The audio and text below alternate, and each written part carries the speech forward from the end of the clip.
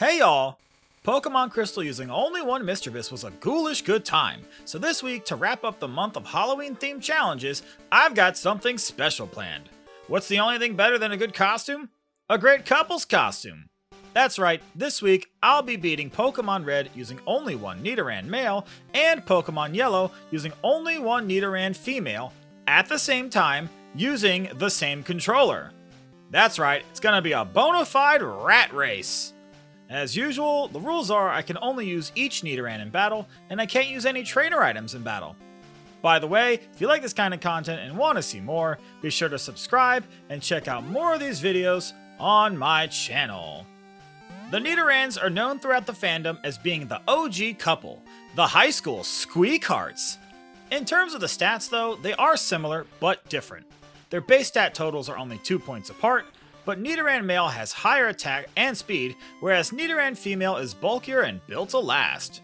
Works for me though, cause I like them thick. As for the moves, their move pools in each game are similar, but those similarities do have specific differences between the two versions. For example, both learn the move Double Kick by level up, but in Yellow they learn it at level 12 versus level 43 in Red. This will be important for reasons that are obvious to anyone who has seen any of these videos before. Also, Nidoran Male gets Horn Drill at level 36, where Nidoran Female gets... Fury Swipes? Well, if that's not proof of the wage gap, then I don't know what is. All in all, these two rats are similar, yet completely different. Like the two families from my big rat Greek wedding. Okay, no more messing around, let's get right to it. Off at Professor Oak's lab, I used the Universal Pokemon Randomizer to replace Charmander and Pikachu, each with a Nidoran. In Red, the rival will pick Blastoise, which I think will be the most difficult for it to beat, and in Yellow, we don't have a choice in the starter, but we can affect what form the rival's Eevee will evolve into. To keep things fair, I'll make sure that the rival ends up with a Vaporeon, but even so, the two rivals' teams will be very different by the end of the game. And right away, you can see the differences between the two games. After heading into the grass, Nidoran Male heads right to the lab to get the starter, whereas Nidoran Female gets stuck in a mandatory catching tutorial. And this is one of the many plot differences between these two games that generally make Yellow a slower game to run. More importantly though, this is a couple's costume Halloween run, so it's time to give this couple their nicknames. Nidoran Male is a dirty rat, known for becoming a horny king. So I nickname ours Hornry the Eighth. And Nidoran Female is the poor queen who got caught up in his schemes, so I nickname ours Ran Boleyn. Wow, we've been getting all kinds of historical on this channel recently. Okay, so right away you could see the differences in these games with the first rival battle with Bubs. In Red, he's got a Squirtle, and in Yellow, he's got an Eevee. Both of our rats are pretty weak, and we only have Tackle, so this is an uphill battle in both games. In a tragic turn of events, both of our Nidoran lose the first battle, in a beautiful bit of historical foreshadowing. After delivering Oak's parcel, Nidoran Male appears to have a slight lead, which makes sense with its higher attack stat early in the game. This difference is made even more stark when it learns Horn Attack at level 8. It's a 60 base power attack, and a huge improvement over the 35 base power Tackle. With Horn Attack, the gap starts to widen between these two.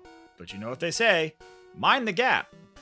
Nidoran Male is the first to reach Pewter City Gym, but we actually get stuck at the Junior Trainer, who is slightly stronger in Red than in Yellow. So Nidoran Female takes the lead and gets to Brock first, despite initially falling behind in Viridian Forest. I mentioned earlier that the difference between the Red and Yellow movesets would be crucial, and this is the primary reason why. Nidoran Female learned Double Kick at level 12, and right away it makes quick work of Brock's rocks, whereas Nidoran Male can barely get past a Geodude even with Horn Attack. And this is a major problem, since Nidoran Female gets to move along and progress the plot, whereas Nidoran Male has to go back to the forest to grind for levels, and spoilers, but the head start Nidoran Female gets from this is pretty big. Wow, all it takes is one move to make such a massive impact, and without Double Kick, Nidoran Male is getting Brock blocked by his own girlfriend. By the time Nidoran Male has enough levels to actually defeat Brock, Nidoran Female is almost all the way through Mount Moon, and you can see in the footage that things get a little tricky when both of my games get into a battle at the same time. you can get into a situation like I did here, where I want to catch a Paris to use for HMs in yellow, while I need to select an attack in the red battle. Using different menus with the same controller inputs can be very difficult, but there are a few ways to go about this. If there are different numbers of items in the bags, we can scroll down to the cancel option in the bag with less items to exit one bag while staying in the other, and then easily get into the fight menu with the other free reticle. Since I'm catching a Pokemon here, selecting Pokeball will throw the ball, while the other items ask for confirmation, at which point I can just exit out of that item menu. It took me a while to get used to doing this, considering these challenge runs have left me with only 17 functioning brain cells, but I eventually got the hang of it. Now that Nidoran Male has defeated Brock, it makes its way through Mount Moon. And unfortunately for Nidoran Female, she blacked out in the cave against the fossil trainer right before the exit. So by the time Nidoran Female makes it back through the cave to take on Jessie and James, because remember, this is Pokemon Yellow and there's extra battles, woohoo! Nidoran Male is almost halfway through the cave. Wow, it's kind of crazy that Nidoran Male was able to make up that much time just from a single blackout. The Jessie and James fight isn't too bad, besides Ekans' whack rapping. But after the battle, I encounter another problem with this challenge. Nidoran has reached level 20, where it wants to evolve into Nidorina, and I need to spam the B button to cancel the evolution. So I have to pay special attention to every battle to make sure that one of my Pokemon doesn't evolve while I'm laser focused on the other screen. And I definitely had my fair share of close calls throughout this run. By the time Nidoran Male reaches the fossil trainer in Mount Moon, Nidoran Female is in Cerulean City taking on the rival just below Nugget Bridge. The Cerulean rival in red is always annoying, but I did not remember the rival in yellow being just as annoying as he was. His Spearow does a lot of damage and can also lower our already pitiful attack with Growl. Plus, his second Pokemon is the tanky Sandshrew, who can also lower our accuracy with Sand Attack. Nidoran Female ends up stuck at this battle the same way that Nidoran Male got stuck at Brock, in the same way that these two will eventually feel stuck in their marriage. But at least these two newlyweds still have their mouse-warming party to look forward to. Just in the nick of time, Nidoran Male reaches the Cerulean City rival fight just as Nidoran Female is finally defeating Bubs. So, just like that, we're all squared up. I was worried when Nidoran Female made such quick work of Brock that this race would be a complete blowout, but let that be a lesson to you. It ain't over till the Rat Lady sings. And I'm getting pretty worried about Nidoran Male falling behind, and I really don't want to do another long grinding session with him, so I use a rare candy in hopes of making this battle just a little bit easier. And it turns out that that was actually a good idea. Nidoran Male finally makes it through this battle, and thanks to the rare candy, Nidoran Female is only a few trainers ahead on Nugget Bridge. Still, Nidoran Female got to Misty first, but with Tackle as our strongest attack, Starmie quickly washes us away. And after a few tries, it is very clear we need more firepower, so I head to the S.S. to get the TM for Body Slam. Nidoran Male, however, has Horn Attack, which is much stronger, and does decent neutral damage to all of Misty's Pokemon, making a surprisingly easy victory. Nidoran Male makes up a little bit of time here, but for Nidoran Female, it's a Misty opportunity. By the time Nidoran Female reaches the rival fight on the S.S. Nidoran Male has caught up. And Nidoran Female didn't black out or anything, but Horn Attack with Nidoran Male defeats trainers significantly faster than Nidoran Female's Tackle. And even once both have Body Slam, which we got on the S.S. Nidoran Female's lower attack stat often misses KOs that Nidoran Male picks up. Both Nidoran defeat the rival Bubs at basically the same time, but Nidoran Male finishes first, and remember that Nidoran Female still has to go back and defeat Misty before it can get access to the Vermilion City Gym. Nidoran Female could have increased its lead here, but like the S.S. that ship has sailed. With a slight lead off the boat, Nidoran Male makes it to the Vermilion City Gym and even manages to solve the trash puzzle on the first try. I call it the trash puzzle, not because it involves flipping switches inside of rubbish bins, but because it's programmed like trash. The switches are supposed to appear adjacent to each other, but half the time the second one just ends up in the top left corner. Even so, the puzzle is oftentimes harder than the gym battle in red, and Body Slam quickly crushes Surge's Voltaic Vagabonds. Meanwhile, Nidoran Female can't enter the gym because you need Misty's badge juice cut, so it's back to Cerulean City for her, losing even more time. By the time Nidoran Female makes it to Misty, Nidoran Male has almost caught up and soon makes it back to Cerulean City, where I begin to buy items necessary for the trek through Rock Tunnel. Meanwhile, Body Slam proves its worth by winning this previously impossible battle. Despite a Bubble Beam critical hit, Nidoran Female presses her body on Misty's Starfish so hard that Misty ends up giving us cab fare, plus a little advice on how to properly trim a bush. And you know what they say, 2 in the bush is worth a Buckingham. Monarchy jokes, y'all. Nidoran Female struggles at first against Lieutenant Surge and his only Pokemon in this game, which is a level 30 Raichu that knows Mega Kick, which does exactly 1 crap ton of damage. When will this rat-on-rat violence finally come to an end? Well, by the time we win this battle, Nidoran Male has made it to the first trainer in Rock Tunnel. They have a Cubone and a Slowpoke, which stonewall Nidoran with super effective moves, so now that both rats have surmounted Surge, I teach them both Thunderbolt. This move lets Nidoran Male quickly quell the Slowpoke, and for both of our rats, it's one of the best moves we get in this run. And I'm not sure thematically how rats are able to harness the power of electricity, but I like to imagine they got caught in an electric rat trap, and like a bad Marvel movie, it gave them superpowers. Another important difference between these games is that Yellow has trainers that will gift you one of each of the original starters, Charmander, Bulbasaur, and Squirtle, depending upon your progress in the game. For beating Lieutenant Surge, Officer Jenny gives us a Squirtle, which we can use for Surf and Strength, instead of the Lapras that I usually use. The Lapras comes from beating the rival Bubs in the Sylph Company building, so just a small convenience that might affect the Yellow route a little bit, but maybe not. Rat remains to be seen. Thanks to the mandatory hiker we have to battle in Rock Tunnel, Nidoran Female is able to catch up to Nidoran Male. And once again, those version differences have a major impact.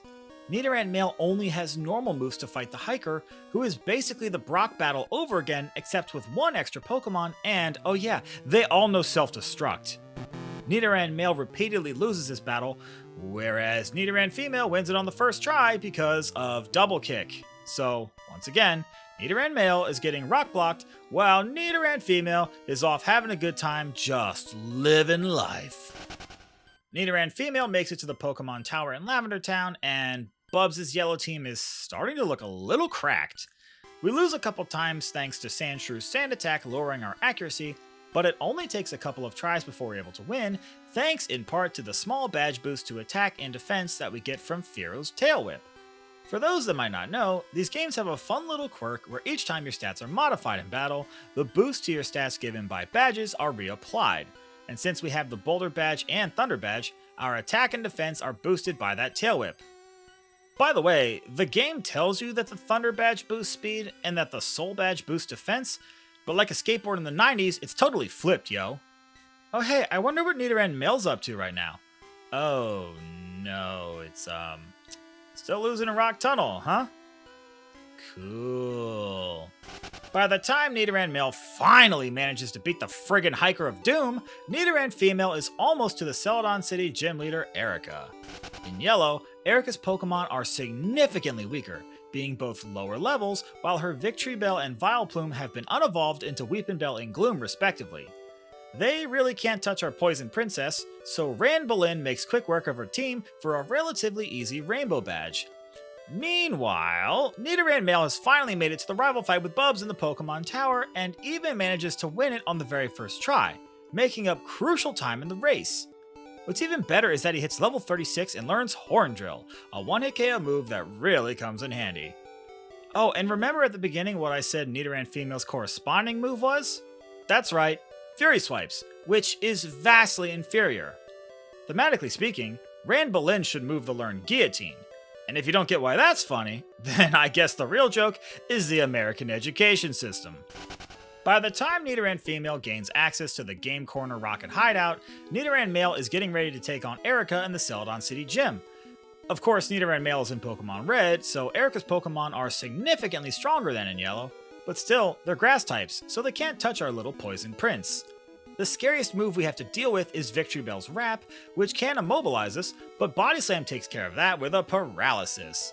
In fact, Body Slam takes care of all of Erica's Pokemon faster than you can say, Rad Rats slaps Raps. Nidoran Female is the first to make it to Giovanni in the Rocket Game Corner hideout and gains a little bit of extra time since Nidoran Male has to battle 2 trainers at the door to Giovanni's room instead of just Jesse and James. But the gap doesn't stop widening just yet.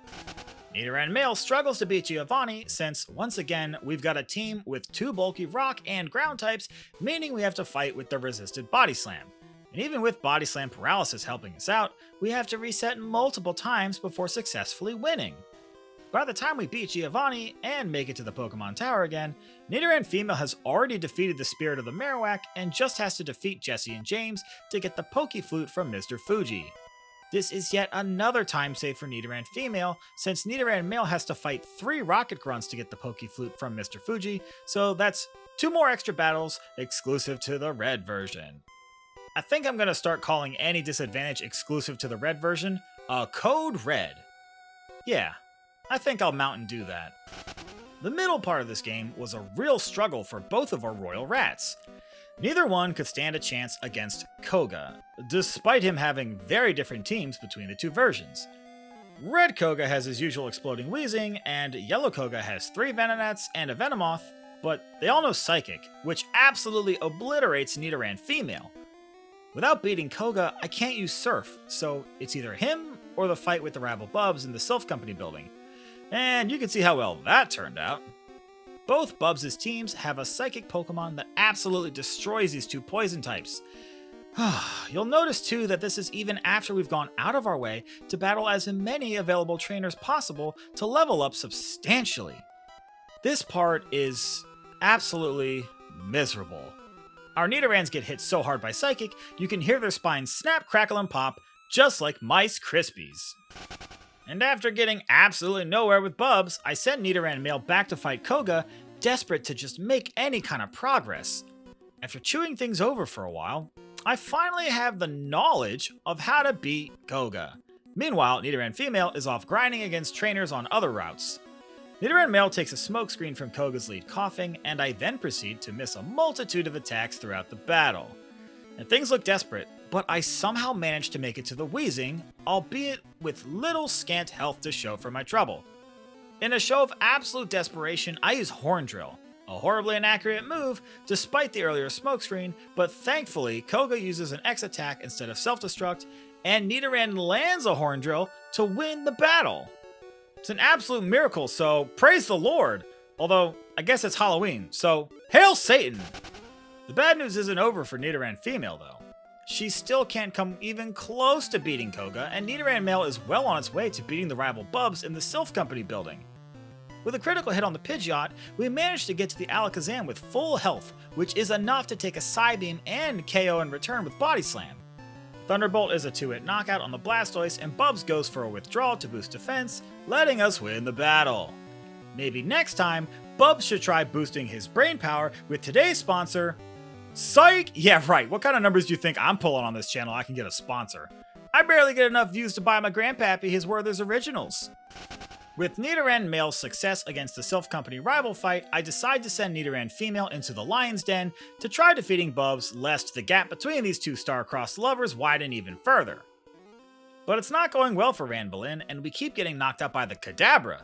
Meanwhile, with the newly acquired Double Kick, rock types are no longer a problem for Henry VIII, and he makes quick work of Giovanni's team on the first try. Ay ay ay, this spells bad news for Ran Bellin. But there's still plenty of race left, so no need to get crown on yourself. Sadly, the closest I got to beating Bubs with Nidoran Female was to hit the Vaporeon with a single Thunderbolt, but by that time, Nidoran Male has already made it through the Burnt Laboratory and gained access to the Cinnabar Island Gym. So, guess it's time to switch things up again. This is really not looking good for Nidoran Female. I have her head back to try to beat Koga while Nidoran Male is trying to defeat Blaine.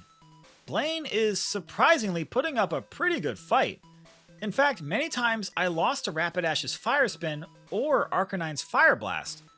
Eventually though, we get decent luck against the Arcanine who goes for Roar, which literally does nothing, and we get a clutch body slam paralysis. Meanwhile, Nidoran Female, even after using some rare candies to push the battle in our favor, just can't take down the dang Venomoth. Oh my god. Things just aren't looking good for poor Ranbelin. She's still stuck in the Fuchsia City gym getting ransacked by psychics. And meanwhile, Hornery VIII has made it to the Saffron City gym to take on Sabrina the psychic gym leader. Well, we know how much trouble psychic types give these two, so this should be difficult, right? I mean, maybe it would have been, but Sabrina's Pokemon all get dunked by Body Slam faster than a sloshed man bobbing for apples. Even the Alakazam sets up a Reflect only to get crit for the 1-hit KO anyways. And I can't believe, after how this run started, just how much of a lead Nidoran Male has taken, and there are no signs of Ranbelin catching up anytime soon. In the words of Ursula from The Little Mermaid, Nidoran Female is one poor, unfortunate vole. Eventually, and after much turmoil, Nidoran Female was able to defeat Koga, and holy kaleidoscopic eyeballs, Batman, was that needed? Take a look over here. Nidoran Male is almost at the last gym battle with Giovanni, and Ranbelin is still bashing bugs over here. A clutch full paralysis saves us from taking an extra psychic from his second Venonat, and this time, his Venomoth only went for Leech Lives instead of Psychics. Leech Life is still super effective, but it's much weaker than Psychic, and we even managed to survive a critical hit. Another timely Body Slam paralysis wins us the battle by letting us outspeed to finish off the Moth. And I don't even feel bad about winning on paralysis.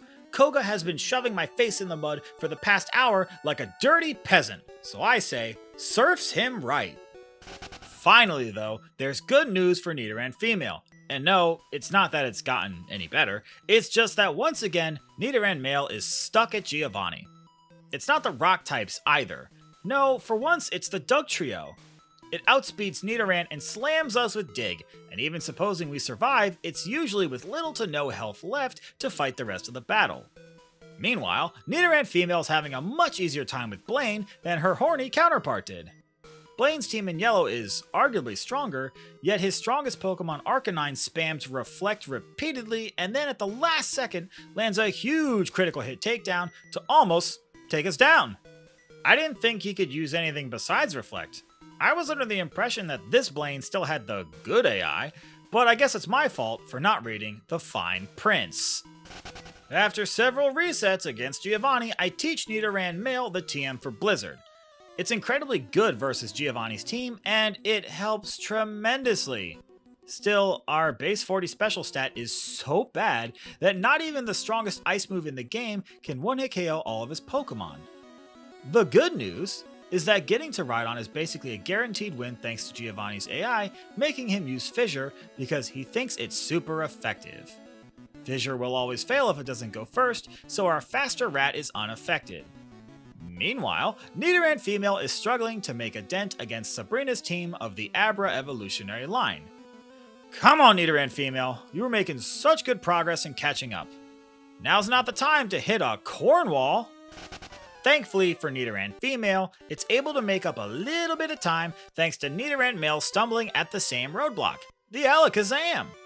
This entire run, both of these rats have been plagued by a glaring weakness to Psychic. Nidoran Female is able to finally win when Sabrina's Alakazam spams Psywave and Recover instead of, its good moves, Psybeam and Psychic, and our Body Slam does a little bit more than Recover can heal, ending in a victory. Simultaneously, Nidoran Male is getting walloped by Psychic from Bubs' Alakazam. Aw, it's cute how you two are in sync. After a handful of frustrating losses to Bubs, I teach Nidoran Male the move Mimic, which lets me copy one of the opponent's moves. I use it to copy Agility from the lead Pidgeot.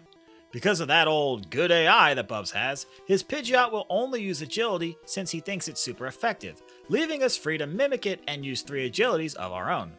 This not only lets us finally outspeed the Alakazam and strike first, but the 3 Agilities badge boost our stats, meaning we deal more damage and our special has increased just enough to allow us to withstand a Psybeam. Bubs' Blastoise could still take us down, but instead it lowers its head for a Skull Bash, letting us take it out before he can attack. You know, Ranbelin could teach you a thing or two about being taken out just after lowering your head. Man, they really should have let Nidoran Female learn Guillotine.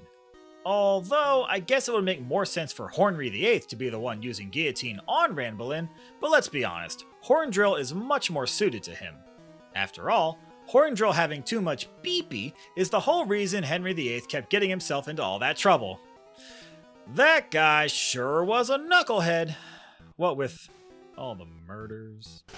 Once again though, and despite having made up lost ground, Nidoran Female starts to lag behind again thanks to Giovanni. He leads off a Dugtrio, which more often than not smashes Nidoran with an Earthquake or Dig. And even if we get past it without taking damage, Giovanni's Nidoqueen and Nidoking both have Earthquake. Who are these regal imposters, by the way? Usurpers of the true Queen of England. Until Hornry VIII gets bored of her, of course, but that's besides the point. We only win this battle thanks to a timely freeze on Giovanni's Nidoking, and serves him right. You know, trying to overthrow my monarchy and whatnot. Jerk. While Nidoran Female is getting whacked around by the rival Bubs, Nidoran Male has made it to the Elite Four. The moveset is pretty good, but for level 58, those stats are atrocious. And I'm not exaggerating for effect either. After all, I wouldn't lie to you. I'm just like a royal. No bull.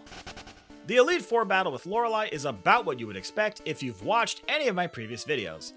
The plan as always is to quickly knock out the Dugong and Cloyster so we can get to the Slowbro and Mimic Amnesia to fully boost our special stat and then rock the socks off of Lorelei's Ice-type Pokemon. Do Pokemon wear socks, by the way? I mean, well, they probably should. They're Ice types. Those Tootsies must be freezing.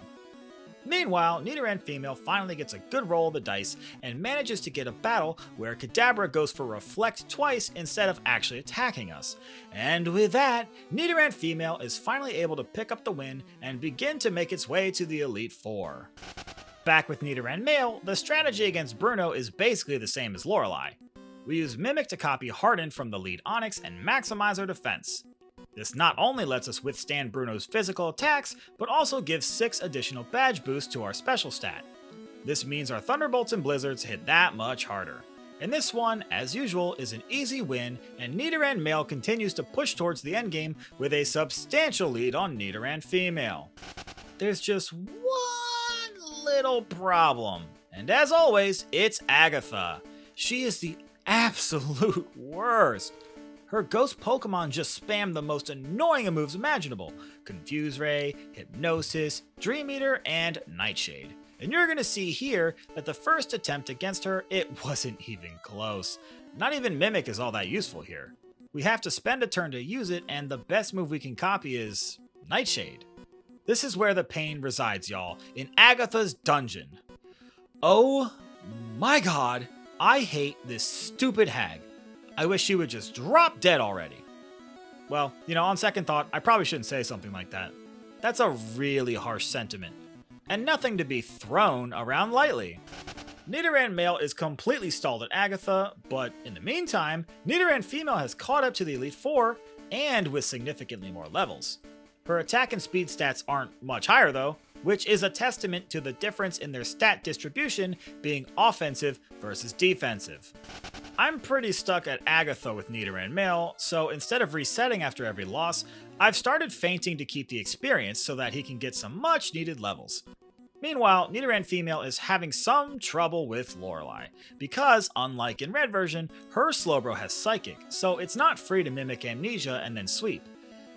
And after a couple of tries, Nidoran Female gets a lucky break, not only at the Slowbro though, but also with the Lapras. It uses Confuse Ray when any attack would have knocked us out, and we don't thwap ourselves in confusion, which is pretty awesome. On to the next one, while Nidoran Male is making about as much progress as Mufasa did after that stampede. Next up for Nidoran Female is Bruno, and while he has the same team as in Red version, his yellow team has much better moves. For instance, his Onix now have Earthquake. Not that they'll get the chance to use it though. Blizzard blows that popsicle stand lickety-split. And his whole team is pretty weak to special moves. And since Poison resists fighting, my biggest concern is Karate Chop from the Machamp, since it's a normal move in this game and has a high chance to critical hit. Listen, despite some minor upgrades, we can all agree that Bruno still sucks in Yellow version. You can't just put lipstick on a pig and call it the Mona Lisa.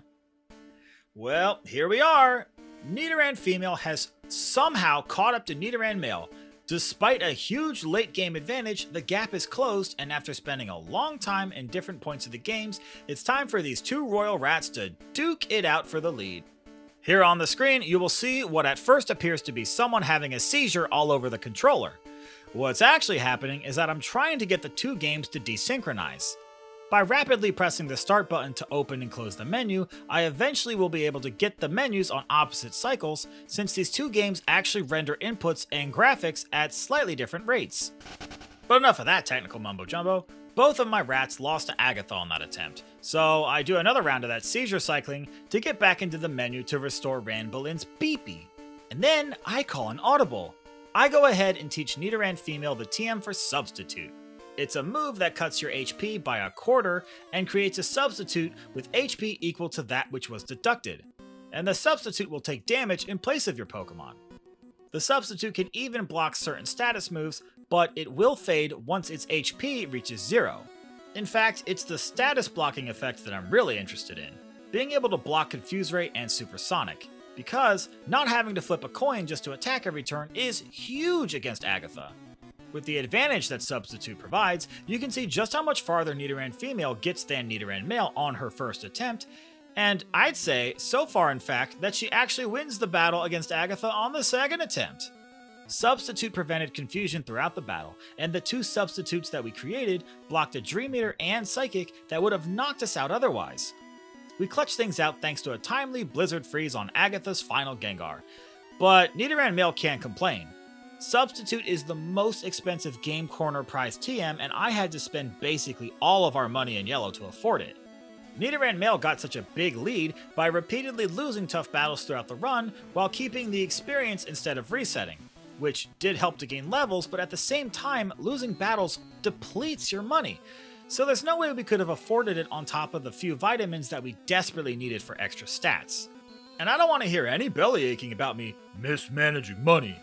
It's easy enough for you to say from behind your screen, but what would you know of the sophisticated financial responsibilities of an Aristorat?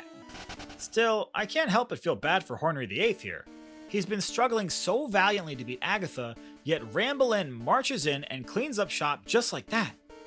Oh well, no use crying over spilt milk. Nidoran Female heads in to take on Lance the Dragon Master, and at first all is going pretty well. Gyarados drops to a Thunderbolt, and Lance's two Dragonaires go down to a Blizzard, although one of them lands a pretty big Hyper Beam. And then, of course, his Aerodactyl comes out and uses Fly. It outspeeds, so we don't get a chance to attack it first, and of course it lands a critical hit to knock us out. Yay!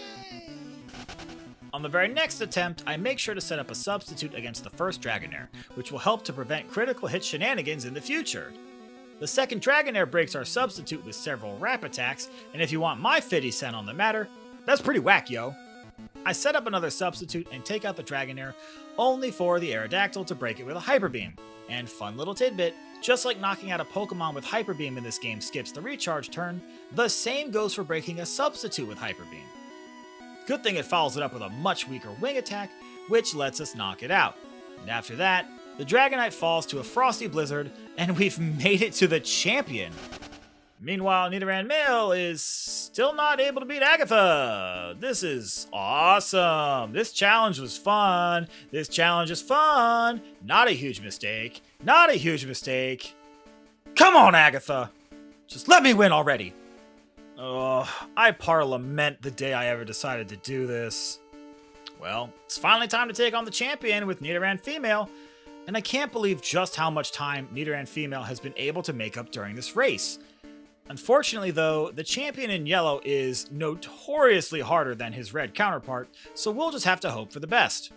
I take a page out of Scott's Thoughts playbook and replace Substitute for the move Rest.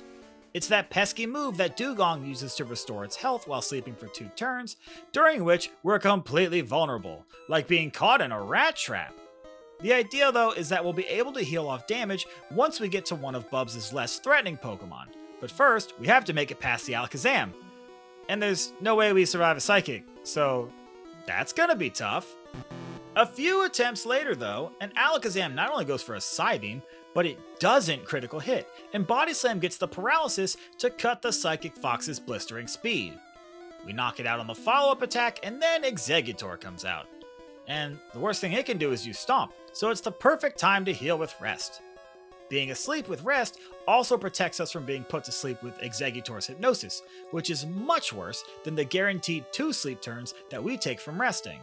Still, our Blizzard is just shy of a 2-hit KO, so we end up taking a Hypnosis anyways for our trouble. A few turns later, and we wake up and then use Rest to heal ourselves back once more. Exeggutor misses its second chance at a Hypnosis, and we finish it off with Body Slam. Ninetales gives us a badge boost with Tail Whip, and we manage to get off another Rest to net a slight increase in health. Still, the Magneton does big damage with Thunderbolt, but the Poké Gods have decided to bless us. Body Slam paralyzes Magneton on the first turn, and then we proceed to get 2 full paralysis, meaning we get to Bubs' last Pokemon, Vaporeon, with a lot of health left. It's not over yet, though. Vaporeon lands a massive Hydro Pump to bring us very low on health, but then follows it up with Mist, which is less effective than Parliamentary Reform, letting us Thunderbolt to win the battle. And with that, Nidoran Female has won the Rat Race. While it is officially the winner, the run isn't over yet. I'm still going to see the Elite Four through with Nidoran Male before calling it quits. In the meantime, let's see just how much further we can get with Nidoran Female. Can we beat the Mewtwo that lurks within Cerulean Cave? Will Nidoran Male ever beat Agatha? Find out on the next episode of Pokeball Z. It just so happens by chance that as soon as Nidoran Female clears the end credits, Nidoran Male finally managed to beat Agatha. Oh, holy rat pellets, that was frustrating. Y'all probably haven't even considered this, but this challenge was especially grueling because of how I had to complete it. What I mean is that normally I play these challenges on a 4x speed up, but since I'm playing both games at the same time with a single controller, that's kind of impossible to manage. So I've been playing this entire run at regular speed. That means each of these miserable Agatha fights, the subsequent resets, the entire grinding arc against Brock, everything has been done in real time. The worst part is that I didn't even do anything special to beat Agatha here. I just mimicked Nightshade and got really good luck with the moves that she randomly chose. So I guess in reality, there was no good reason for me to be stuck at this battle for such a long time. Haha, joke's on me! Our Royal Rat could have won the entire time! So stupid! Ugh, and the true irony here is that after Agatha, you would think that the final Elite Four member Lance would be even harder, but that couldn't be farther from the truth. As my longtime viewers may know, fighting Red version Lance with a Poison type is essentially a free win.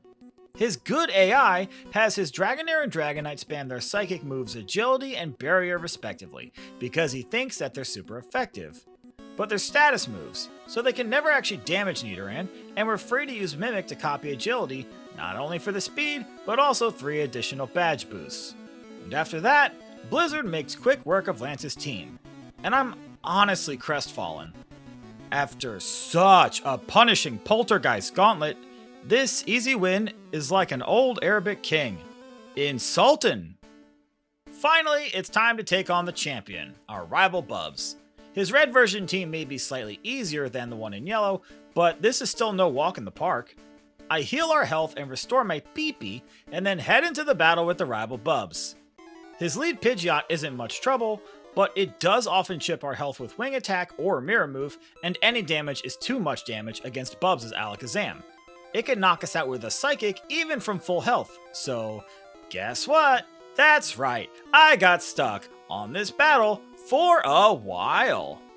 Meanwhile, in Cerulean Cave, Nidoran Female has been plugging away at this Mewtwo battle. Most attempts we lose to a single Psychic, you know, since Mewtwo is like an Alakazam on anabolic steroids. But all it takes is a single Blizzard Freeze to seal up the battle. Pokemon can't unthaw themselves in this generation of games, so that freeze guarantees our victory. Meanwhile, Nidoran Male is still getting absolutely dominated by Alakazam. So let's fast forward to the part where Nidoran Male actually makes some friggin' progress. Dissatisfied with her husband and with nothing left to do, Ranbelin heads to the slots to frivolously waste away the royal coffers while Henry VIII flails around ineffectually. Nidoran may be royal, but loneliness is a hard thing for anyone to be barren. I like to imagine that Nidoran Male would see her burning through their money and get super angry. So now they've got bad blood when they used to have rat love. Hey! Okay, this video is starting to go off the rails. I better end things Taylor swiftly. Finally, Nidoran Male gets the stars to align for a possible victory.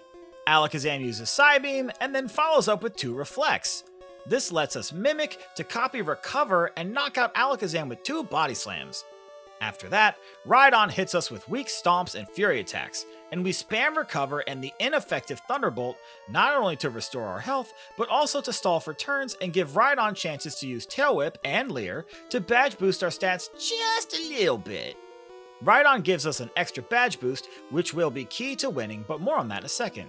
First, the Arcanine hits us with a huge takedown while we're at -1 defense, and then critical hits 2 consecutive Embers to waste our last 2 Recover BP. This means we need a perfect Exeggutor run.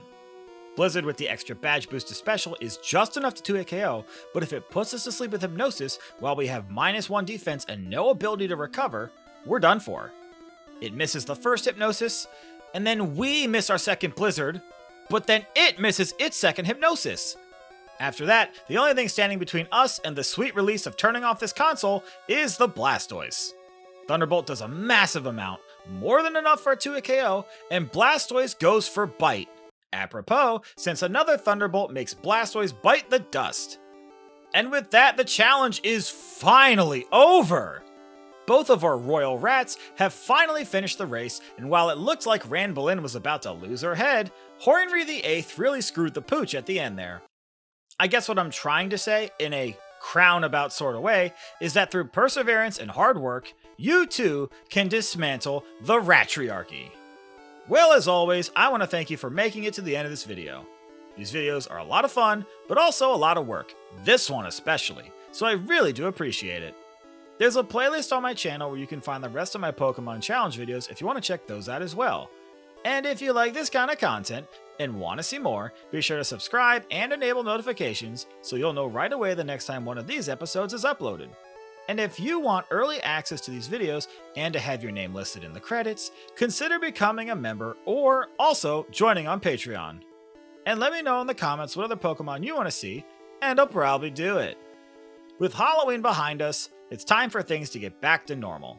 So next week, we're heading back to Johto to find out if I can beat Pokemon Crystal using only 1 Remoraid. Anyways, until next time,